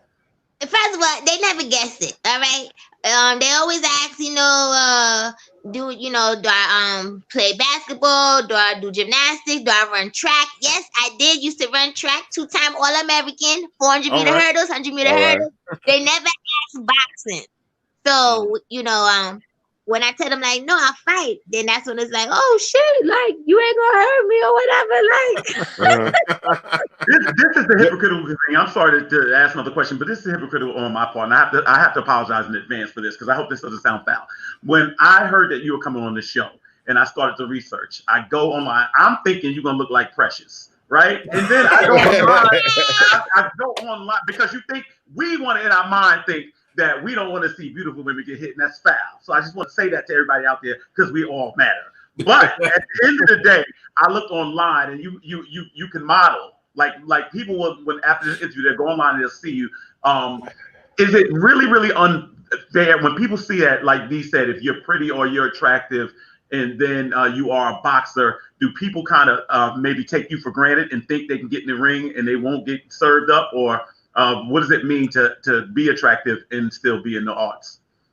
Oh yeah, people definitely do. Like, for instance, going back to my pro debut, before when you Googled my name, all you see was track and field. So people slept, like, you know, my opponent. I remember she was like, oh, you know, she just run track. There's going to be an easy win. Yeah, okay. So, and I always tell, you know, females, you can still be a lady, you know, be a lady outside the ring. When you get in the ring, handle your business. You know, a lot of people feel like, you know, a girl, when she box, she's supposed to look all dykish and stuff. No. Still carry yourself like a lady. Do your handle your business in the ring. When you come out, you know, go ahead, hook your hair up, put your heels on. You're still a lady at the end of the day. But man, you're the only woman I know that can twerk and then throw a hook. you see male train different. I'll be up there twerk and then she come throwing jabs and hooks and stuff like that. And I'm like, yo, man, how do you do this, man? This is great. Let me tell you, you gotta keep you're it unicorn. fun. Yes, I am a unicorn, but you know, I love what I do, and you got whatever. When you love something, you gotta enjoy it and make it fun. You know, every day we go to the gym, and you know, I'm practicing my craft. You know, going back to the basics, my jab, my hooks. Why not make it fun? Yeah. That's true. Get through the training session by any means necessary, right? If you live with boxing, you do the same thing over every day. You know what I'm saying? Come to the gym. We work on that split. Make it fun. You working on the combinations. Make it fun. You know, so it doesn't be like, you know, you get bored. So, you know, and I tell a person, if I'm going to the gym, we working on stuff, I'm going to make it fun. I'm still going to put the work in. But, you know, I'm going to add a little seat, that, you know. You got any fights coming up now? I mean, right now, my manager said, let's wait till next year with this whole COVID thing. Mm-hmm. But I'm looking to mix it up. You know what I'm saying? I'm thinking about going to the bare knuckle side. What? Get out of here. Now that's interesting. No, they got bare knuckle boxing now. Yeah, I didn't know that. Wow. You know, Clarissa Shields was going into MMA. I was understood. She's thinking about playing around with MMA. Is that something that you might be interested in? Or Hell no. Mel said, let's keep this fight standing up, right? Exactly. Right. You know, I be rolling on the ground with you. I want to keep it on my feet. You know, much respect to everybody that want to cross over to MMA. You know, it ain't for me. There you go. Now, who are some of your boxing heroes? My boxing, well, of course, Mike Tyson. Heroes, I would say him, because everything that he been through and everything and all this other stuff, we have like similar stories. So I could, you know, relate to Mike Tyson. So I look at him like as a hero.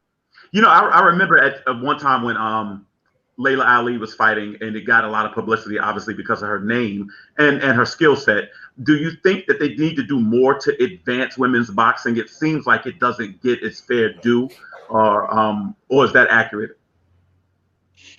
You know, speaking of Layla Ali, I feel like the platform that she had, I feel like she could have definitely did a lot for women's boxing, and she did nothing. So, you know. We got a challenge here. Here you go. Here we go.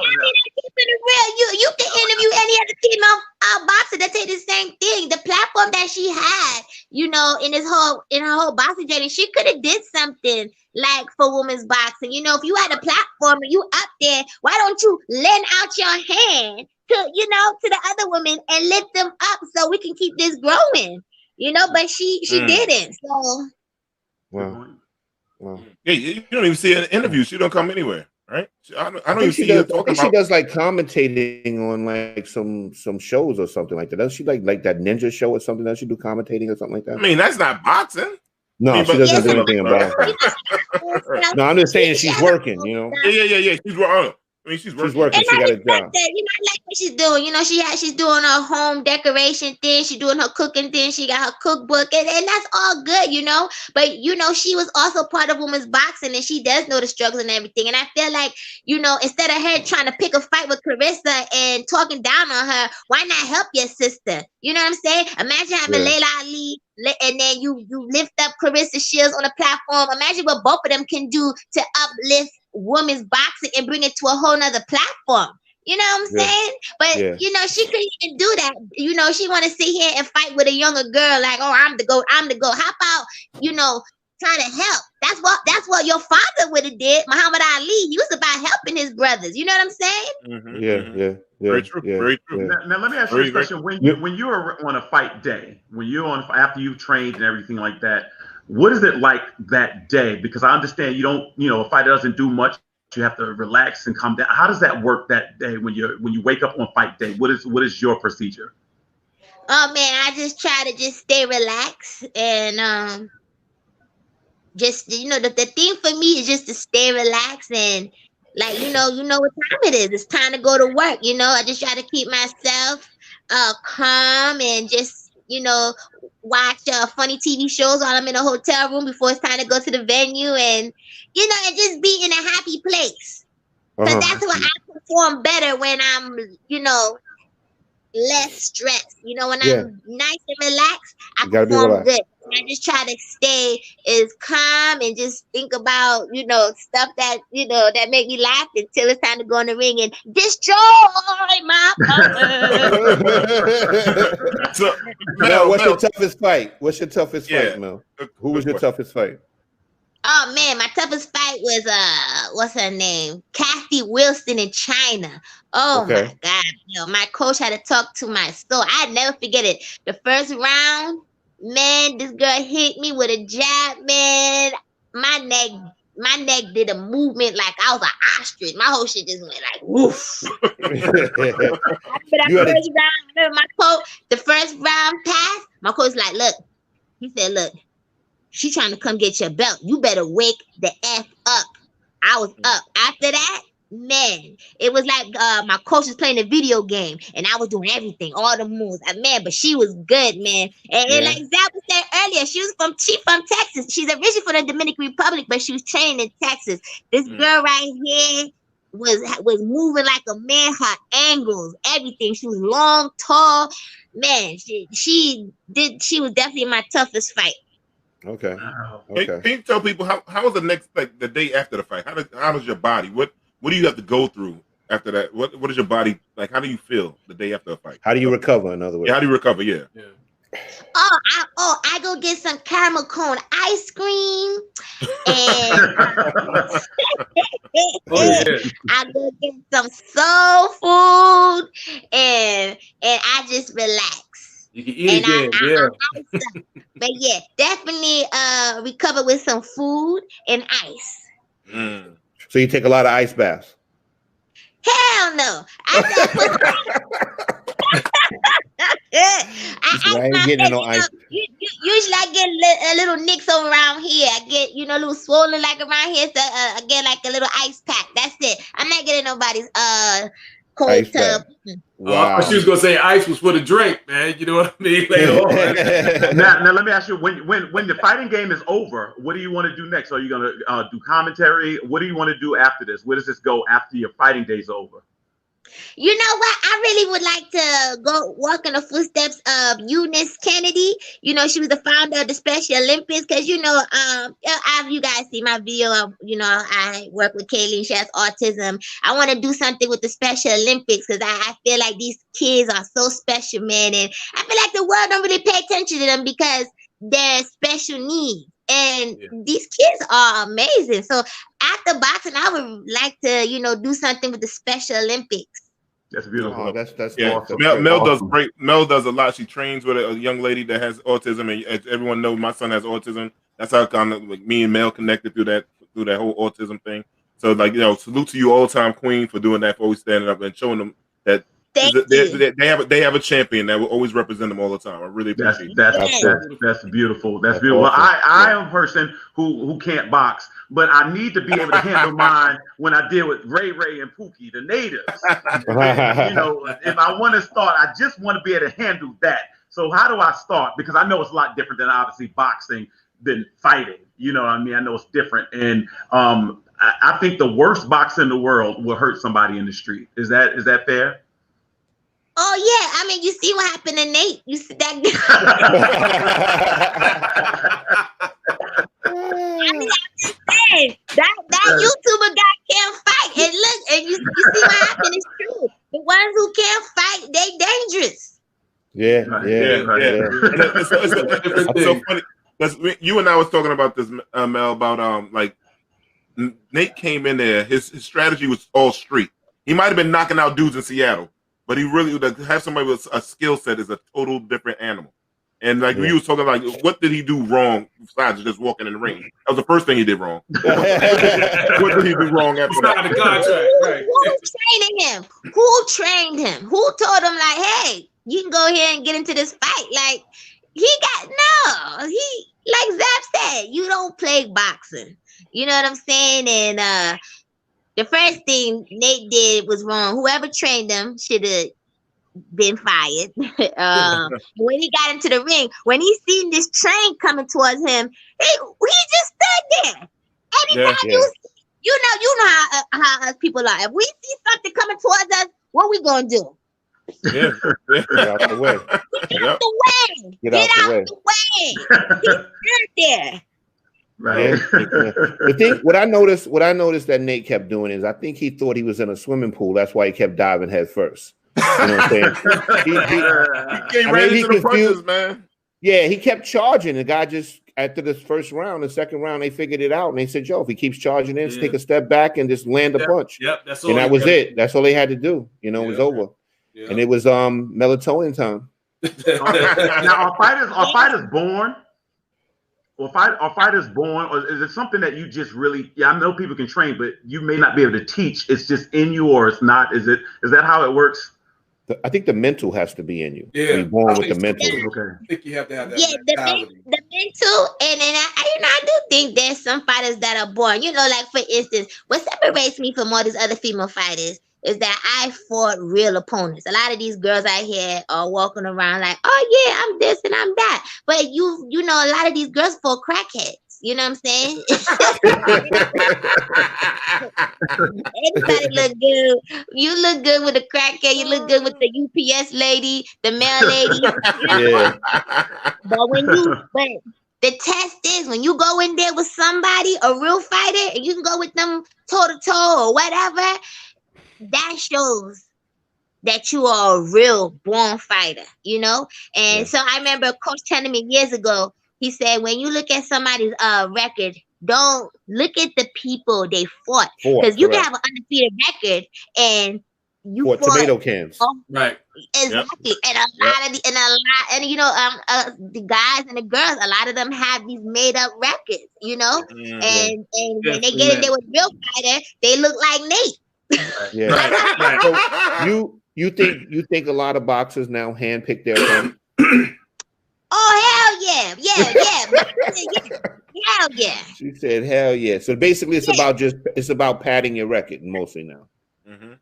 For a lot of people. Oh yeah, a lot of these boxers are definitely cherry picking, and they, you know, it's just crazy, man. It's just crazy. A lot of these fighters out here cherry picking, and they out here talking about, oh, they the best and all this other stuff. When you look at those records, man, and you look at it like, dang, you just fought somebody with 20 losses. Like, how do you feel good about that? You know what I'm saying? Yeah. Right. So that's what happens when they first start off. You know, a lot of times they bring those fighters up slow. You know, and they beat them. You know, they fight Glass Joe. Yeah, exactly. You know. Right. So Mel, listen, this is so great that you came on. Truly appreciate it. Like, getting a woman's perspective on fighting is something different. It feels so good, sister. I love you so much. Where can people find you at? How they follow you on Instagram and let us know anytime you're doing something with autism. You know, just hit me up. I'm there. Yes, definitely. Okay. My Instagram is killer_Mel. My Twitter is at Melissa Saintville. My Facebook is Melissa X Saintville. Hey. All right, go get them, yo. Hopefully we can see you fight soon. Hopefully, COVID somewhere. Oh, definitely. We can see you fight somewhere soon. I'm gonna definitely keep you posted. And we'll be there. And all us Chop It Out fans, we're gonna be there for you, rooting you on, sister. All right. Love you, Mel. Go get them, champ. All right, Mel. Take care. All right, Mel. Take care. Peace, sister. Peace. Yo, D.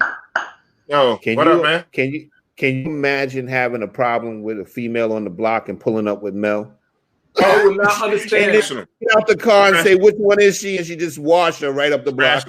Yo, I would take Mel in my my car to go look for Karens. Yo, a matter of fact, there's a couple of dudes I want to bring Mel to bring some things out with me. Yeah. A couple of people owe me some money. So that's what I'm talking about. Somebody that owes me money. I know a couple of dudes that she can get the money back for me. Word up. She's an enforcer, man. You know, it's real. They won't even see it coming. No, and they'll sleep on her. Never see it coming. That's right. No, they won't. They would sleep on her for her looks, and they would sleep on her for her voice. Oh yeah, exactly. She will wash you. She just wash you. I think that's why Mel likes Mike Tyson. They got the same kind of high pitched voice. Yeah. Tyson in her. She's got some Tyson in her. Yeah. But no. Listen, I love that sister right there. Seriously, like from day one, she always showed mad love and stuff like that, and the stuff she do with, especially these children, is really big, man. She's a real knockout champion, man. So I love it. You know, this has inspired me. First of all, you just see, we had two great boxers who were very personable and very just good people. People think because you fight that you have to be angry or whatever. It's not that. Right. And then the other thing, they've inspired me to get back and make my comeback. You know, because realistically, Zab had a 25-year career. I had about a 25-second career, and I think I didn't want to end it that way. So I'm announcing tonight I am making my comeback. So anybody in like 5th or 6th grade, I'm telling you right now, I'm coming for you. That's right. That's right. I'm coming for you. Hey, Kelvin, you could grab one of those kids in your classroom right now behind you. That's what I'm over here training. Yo, D, how you feeling? How you feeling, D? Yo, I got a little headache from that salt, man. I know. I can tell you about to blow your top with that high blood pressure. Oh my rice. God, man! It's seasoned, but it's salty. Yeah. But that's gonna blow up though. Chicken wing is about to blow up. I'm telling you. Yo, that prison fried rice is the truth.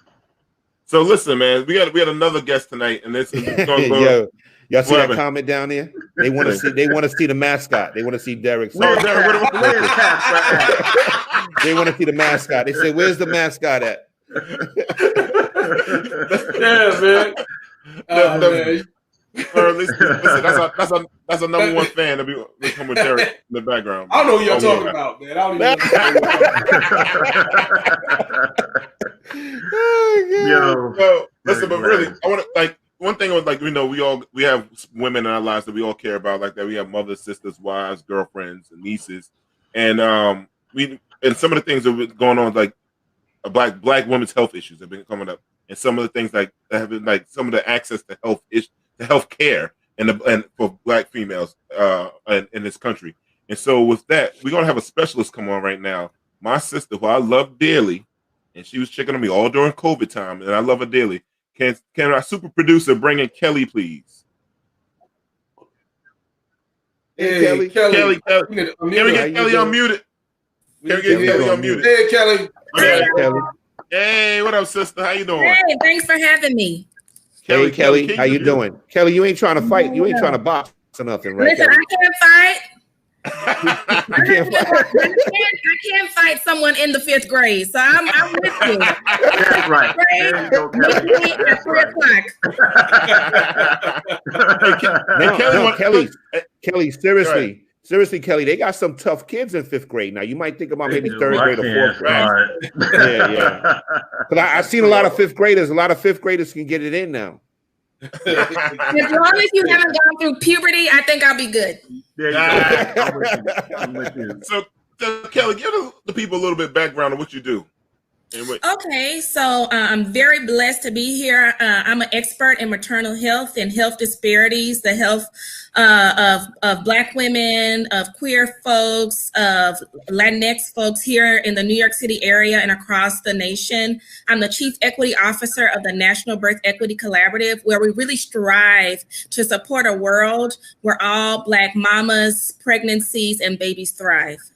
That's nice. That's what's very nice. Now, let me ask you a question, because it sounds like this is not just a vocation, but more like a calling. I always think people in the medical field is something that you've got to love doing, that you have to have a passion for, and it just seems like you do have that. Where did it come from? I'm very, very blessed to come from a long generation of health providers, health workers. My mother was a neonatal nurse. My grandmother was a neonatal nurse. My father was Mississippi's first Black nephrologist. So I grew up in the dirty South. So, Demond, you and what Chicken Wing was making, you don't want to have to go see my dad. So I told you, Chicken Wing trying to kill you. I didn't make it. Chicken Wing made it. He want me, but you ate it. Good. I had to try it.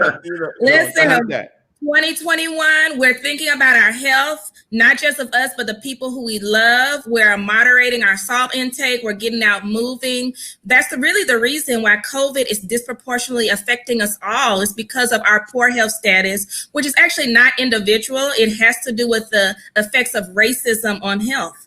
So it's nothing wrong with Black people. It's nothing wrong with Latinx people. We're not biologically deficient. There's no gene that makes us different. What's different is that we make less money. We live closer to environmental toxins. We have stressors, exposure to violence that other people don't have, which age us on a cellular level.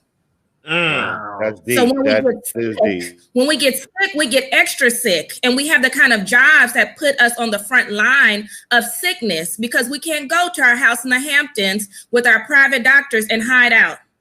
Wow, that's right. That's right. Well, I learned something. You can't go to Walter Reed either. I you can't just walk up and Walter Reed. Yeah. About kind of like dietary stuff, which is no, it's no problem. When we're younger, it looks like that we don't understand. I heard a doctor say, what you eat in your 20s and 30s will tell me what I'll be treating you for in your 50s and 60s. And I think early on, you walk into stores, it seems like the healthy food is the most expensive and the least advertised, but Chips Ahoy are 2 bags for $5 and things like that. So some of these things seems like it's not coincidence, that it almost seems like I've understood that there's certain people, like even I think the Heart Association thinks they will support some of this food and then they'll be against it later on. So it's like, how do people decipher what they should, their eating habits and things like that, that's perpetuated from a young age? Well, I think we have to talk not about just individual behaviors, but about the system, right?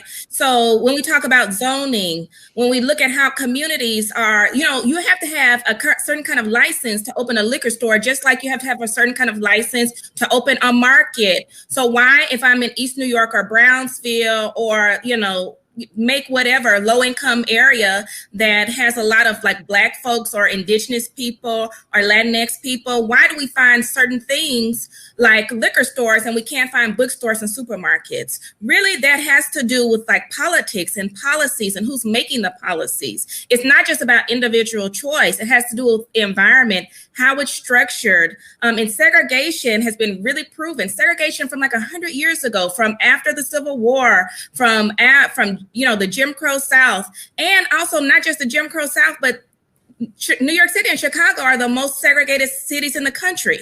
So our idea around how racism impacts health has been studied very clearly. And it just doesn't only affect like guys like you, but it really turns out that it affects maternal health. So pregnancies, babies, it's all impacted by structural racism and gender oppression that really control where you eat, what you eat, where you live, and how you can work, which all affects health. Okay. Kelly, do you think, what do doctors see Black women different? Like they think we could, like Black women saying we, because I'm half woman. My mother was a woman, so I'm half woman. So do you think that they don't see, like they always think like Black women could take so much pain and do a lot of stuff? Are they treated different? And do you think doctors treat, or is the studies, anything, statistics, that they treat Black women different than they treat white women? Racism is such a key part of medicine. For a long time, I looked at my brother's books. He's a surgeon in the South.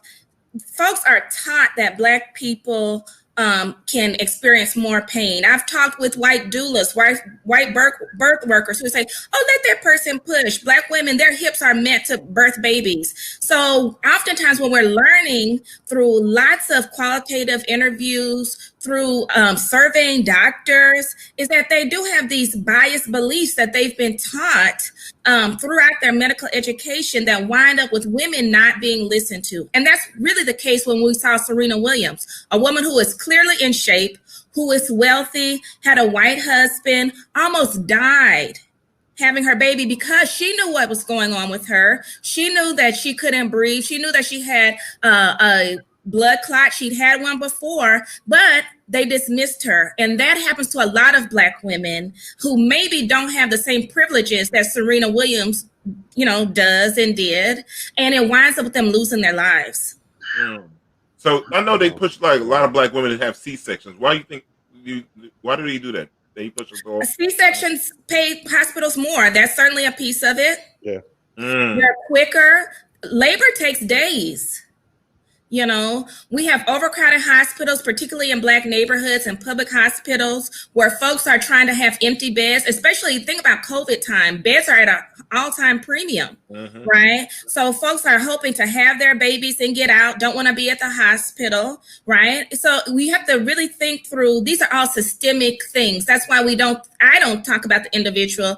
And certainly at the National Birth Equity Collaborative, what we study and advocate for is changing the system, healthcare systems, changing other kinds of systems, looking at policies across the nations and in states to make sure that it's easier for Black women to have the pregnancies and reproductive lives that they deserve.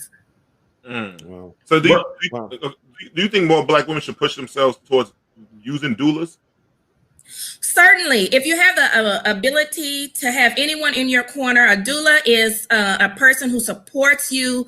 They can support you emotionally through labor. They often act as a witness. You'd be surprised how many people give birth alone, right?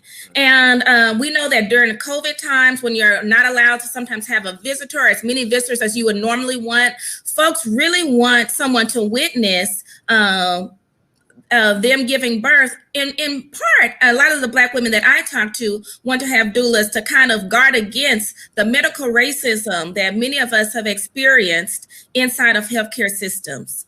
Kelly, go ahead. No, Kelly, you've seen I'm sure you know a lot of things, especially with African American women.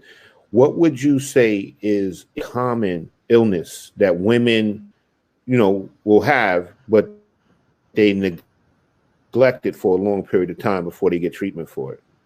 Well, oftentimes pregnant women, we're the most fierce advocates. I'm sure someone who was pregnant and stopped drinking, stopped smoking, right? So pregnant people tend to take really good care of themselves. However, America hasn't always taken great care of us. It's more dangerous for me to give birth today than it was for my mother to give birth to me over 30 years ago. And part of that has to do with chronic conditions and how healthy we are before pregnancy. So again, Damon, tail chicken wing, we don't need that. We don't need the salt. Hypertension is so closely tied to what we call severe maternal morbidity, especially in New York City, which are life-threatening complications during childbirth. So things like bleeding to death, having really high blood pressure, strokes, all of these things contribute to the fact that in New York City, Black women are 8 times more likely to die of pregnancy-related causes than white women. And across the nation, we're at least 3 times more likely to die than our white counterparts. And that is irrespective of education. So people say like, oh, if we were all rich, if we were all Beyonce, if we were all Serena Williams, we would, this would be a problem. No, this is a problem of racism. I cannot educate myself out of this because a Black woman like me who has a master's degree is still way more likely to die as a result of pregnancy than any other race of woman who dropped out of high school. Wow. Racism is everything. Go ahead, Rob. Sorry. No, I was just going to say for all the women out there that have any questions for Kelly, please chime in and ask her any question that you want to ask her. Just what she's here for.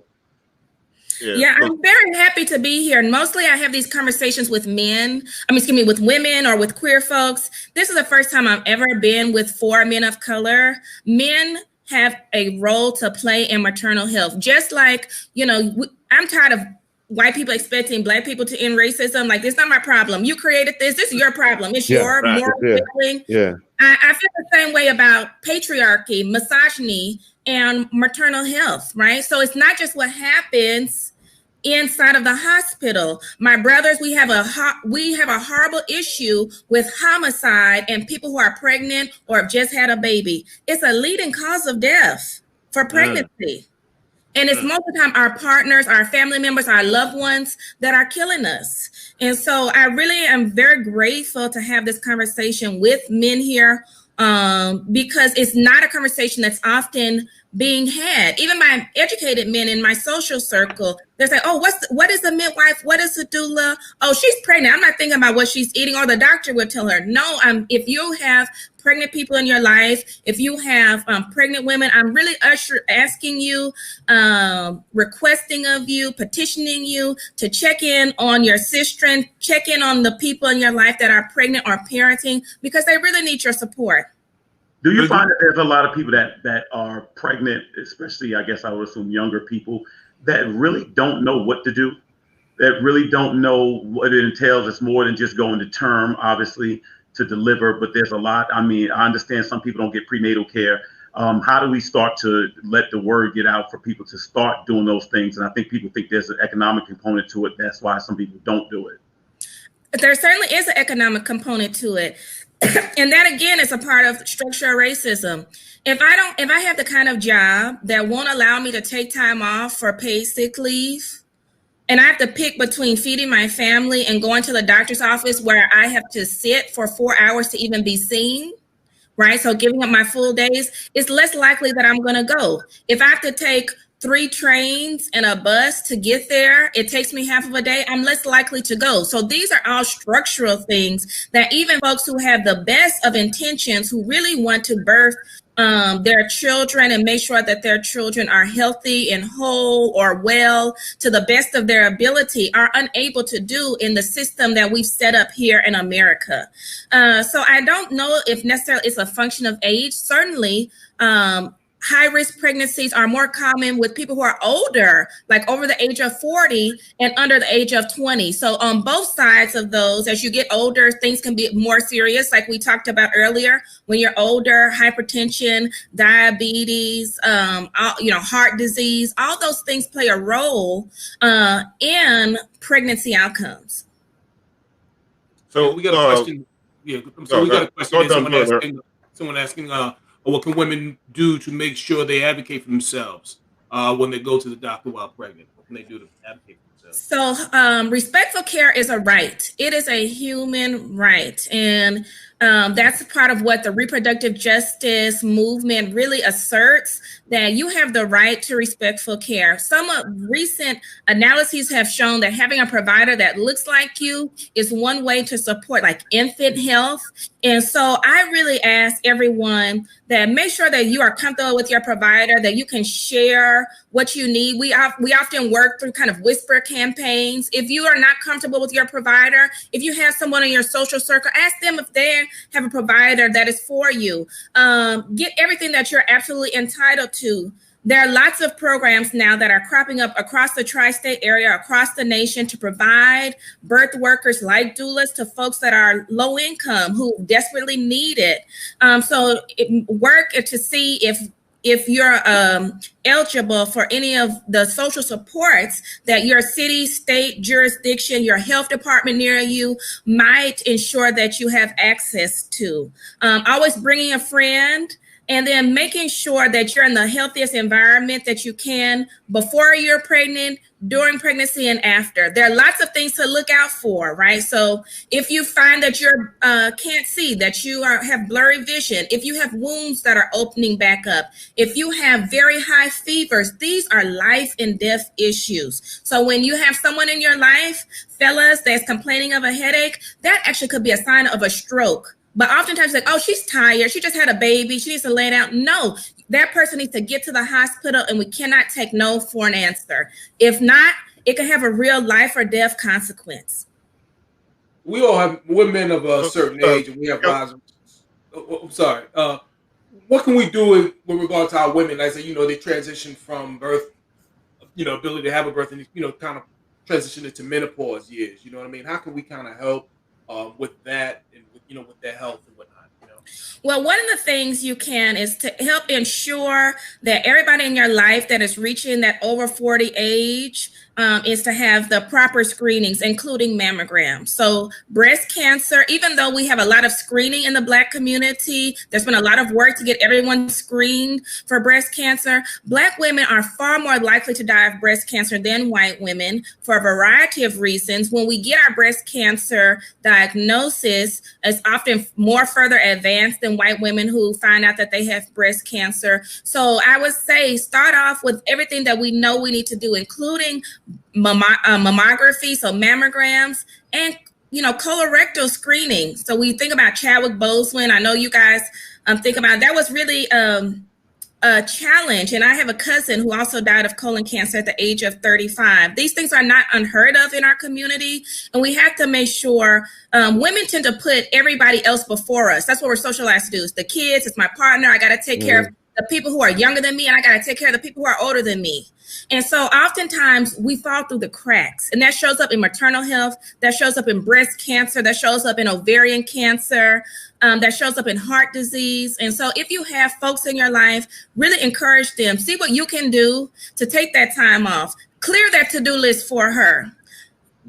Make sure that she knows that she has your support and taking care of her, because where would you be without her?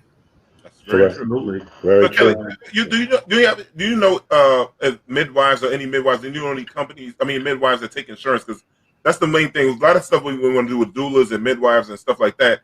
And it's some things are cash. They're cash visit. Like, are the insurance companies taking any kind of policy coming down the pipeline that will start recognizing people want doulas and midwives with these insurance companies? Well, the four of you are pretty lucky because you live in New York City, and New York City has hospitals, public hospitals that have integrated midwifery services. So if you can be on Medicaid, you can be uninsured and have access to a doula at most of our public hospitals or a few of our public hospitals in New York City. But we have a broken system, right? And so keeping our next president accountable to ensuring better policies and healthcare for everybody. Okay, everybody is going to be a key function, because health is a human right.